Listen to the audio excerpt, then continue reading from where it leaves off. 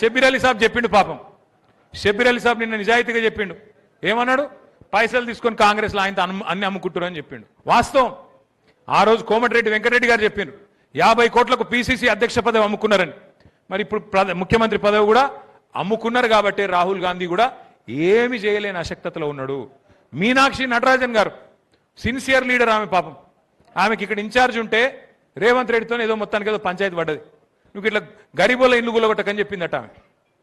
గరీబోల ఇండ్లు గుల్లగొట్టక మంచి పద్ధతి కాదు.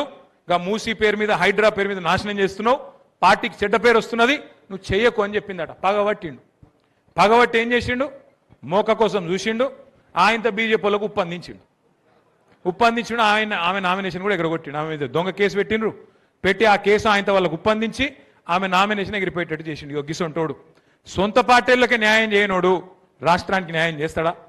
అందుకే నేను కోరేది మిమ్మల్ని అందరిని ఒకటి, మీ ఎమ్మెల్యే గురించి ఎక్కువ మాట్లాడి ఇంకో వాళ్ళ గురించి ఎక్కువ మాట్లాడి నోరు ఖరాబ్ చేసుకునే అవసరం లేదు.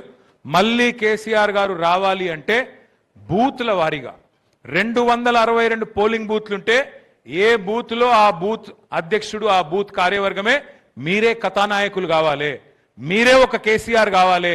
నేను ఎట్లా ఎగరది గులాబీ జెండా నా బూత్లో, నా నియోజకవర్గంలో, నా మండలంలో, నా గ్రామంలో మీరు గట్టిగా అనుకుంటే తిరుగులేని పరిస్థితిలో మనం గెలుస్తాం.